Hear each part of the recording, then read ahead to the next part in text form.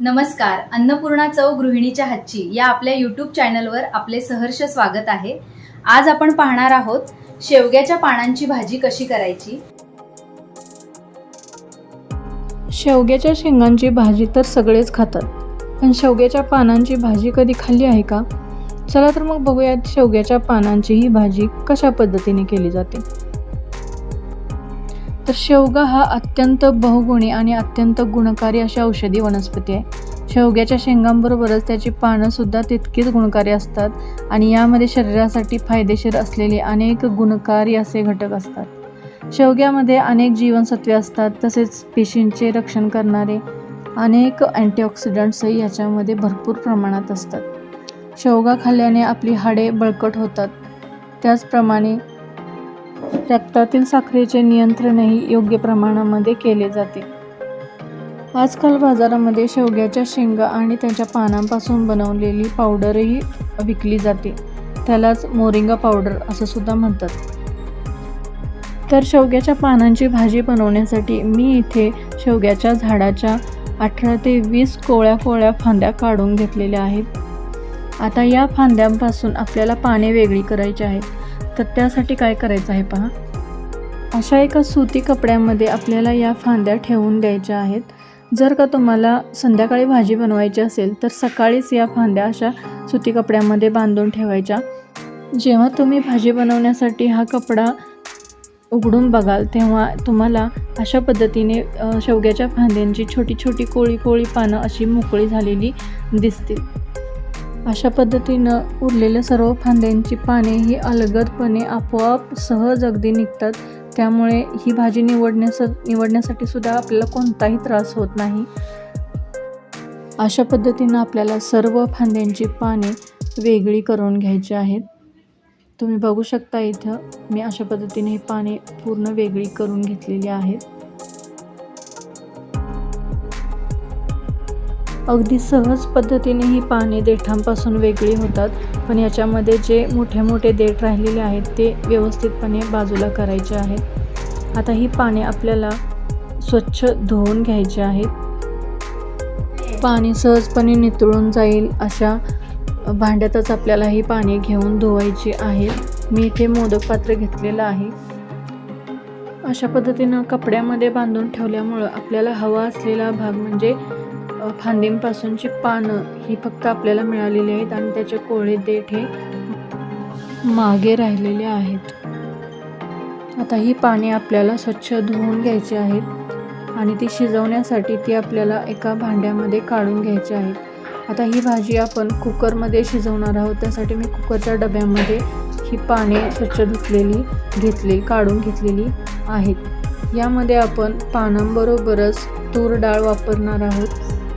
एक छोटी वाटी तूर डाळ मी इथं घेतलेली आहे.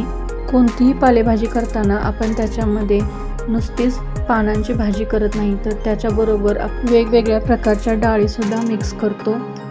यामुळे काय होतं की मूळ पदार्थाची लज्जत आणि पोषकतासुद्धा वाढते. तुम्ही तर बघू शकताय की मी भाजी शिजवण्यासाठी त्याच्यामध्ये डाळ घातली आणि त्यानंतर त्याच्यामध्ये 1 ते 1.5 ग्लास पाणी घातलेलं आहे. त्यानंतर अर्धा चमचा मीठ घातलेलं आहे आणि शिजण्यासाठी मी कुकरला लावून दिलेलं आहे. फक्त 2च शिट्ट्या आपल्याला करून घ्यायच्या आहेत. तुम्ही बघू शकताय की इथे पाने आणि डाळ आपली परफेक्ट शिजलेली आहे. अगदी पाणी असं झालेलं नाही आहे. अशाच पद्धतीने आपल्याला ही शिजलेली हवी आहेत. फोडणी देण्यासाठी आता आपली भाजी तयार झालेली आहे. त्याआधी आपल्याला हे मिश्रण एका चाळणीतून गाळून घ्यायचं आहे आणि त्यातील पाणी वेगळं करून घ्यायचं आहे.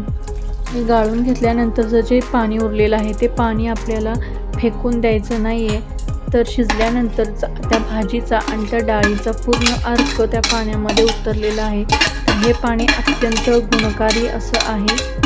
भाजी बनवण्यासाठीची सामग्री आपली तयार झालेली आहे.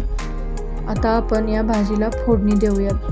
त्याआधी या उरलेल्या पाण्याचं आपल्याला काय करायचं आहे ते मी तुम्हाला सांगते. शेवग्याच्या भाजीची पोषण मूल्य या पाण्यात सुद्धा उतरलेली आहेत. त्यामुळे हे पाणी आपल्याला पिल्याने त्याचा आपल्या शरीराला नक्कीच फायदा होतो. या पाण्याची चव थोडी कडवट असल्याने याच्यामध्ये ते पिण्यायोग्य बनवण्यासाठी आपल्याला अर्धा लिंबू पिळायचा आहे आणि थोडंसं चवीपुरतं मीठ टाकायचं आहे. त्याच्यामुळे त्या पाण्याचा कडवटपणा पूर्णपणे निघून जाईल आणि ते पिण्यायोग्य होईल. पोट साफ होण्यासाठी हे पाणी अत्यंत गुणकारी असे आहे. तर भाजी बनवण्यासाठी आपल्याला अजून काय साहित्य लागणार आहे ते बघूयात. कांदा, फोडणीसाठी मोहरी, जिरे, धना पावडर, मीठ, गरम मसाला आणि घरचा कांदा लसूण मसाला. फोडणी देण्यासाठी आपल्याला गॅस ऑन करायचा आहे व त्याच्यावरती आपल्याला भांडे ठेवून द्यायचे आहे. त्यानंतर त्यामध्ये आपल्याला 2 छोट्या पळ्या तेल घालायचं आहे. तेल कडकडीत गरम झाल्यानंतर त्याच्यामध्ये 1 छोटा चमचा मोहरी, 1 छोटा चमचा जिरे टाकून द्यायचे आहेत. जिरे आणि मोहरी तडतडल्यानंतर त्याच्यामध्ये आपल्याला 1 वाटी कांदा घालायचा आहे. इथे मी 4 छोटे छोटे कांदे घेतले होते. कांदा चांगला परतून घ्यायचा आहे. तो सोनेरी रंगाचा झाल्यानंतर आपल्याला त्याच्यामध्ये 1 छोटा चमचा धना पावडर आणि 2 छोटे चमचे गरम मसाला घालायचा आहे.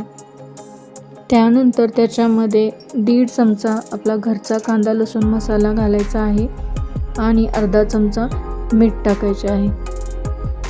मीठ तुम्हाला इथे चवीनुसार टाकायचं आहे, कारण आपण भाजी कुकरमध्ये शिजवून घेतानाच त्याच्यामध्ये 1 पाव चमचा किंवा अर्धा चमचा मीठ टाकून दिलं होतं. आता हे मसाले आपल्याला व्यवस्थित कांद्यामध्ये मिक्स करून घ्यायचे आहेत आणि त्यानंतर शिजवून पाणी गाळून घेतलेली भाजी आपल्याला त्याच्यामध्ये परतायची आहे. ही भाजी आपल्याला लो गॅस फ्लेमवरती तशीच झाकून ठेवून द्यायची आहे. 2 ते 3 मिनिटांनंतर आपल्याला गॅस बंद करायचे आहे. लक्षात ठेवा, आपण ही भाजी आधीच शिजवून घेतलेली आहे. फक्त मसाल्यामध्ये व्यवस्थित मिक्स व्हावी म्हणून आपल्याला ती 2 ते 3 मिनिटं परतून घ्यायची आहे. तर अशा पद्धतीने तयार आहे आपली चविष्ट आणि पौष्टिक शेवग्याच्या पानांची भाजी. गरमागरम भाकरीबरोबर सर्व करा. पोषक द्रव्याने भरपूर असलेली ही शेवग्याच्या पानांची भाजी नक्की करून पहा, तुम्हाला नक्की आवडेल. लाईक, शेअर, सबस्क्राईब जरूर करा. धन्यवाद.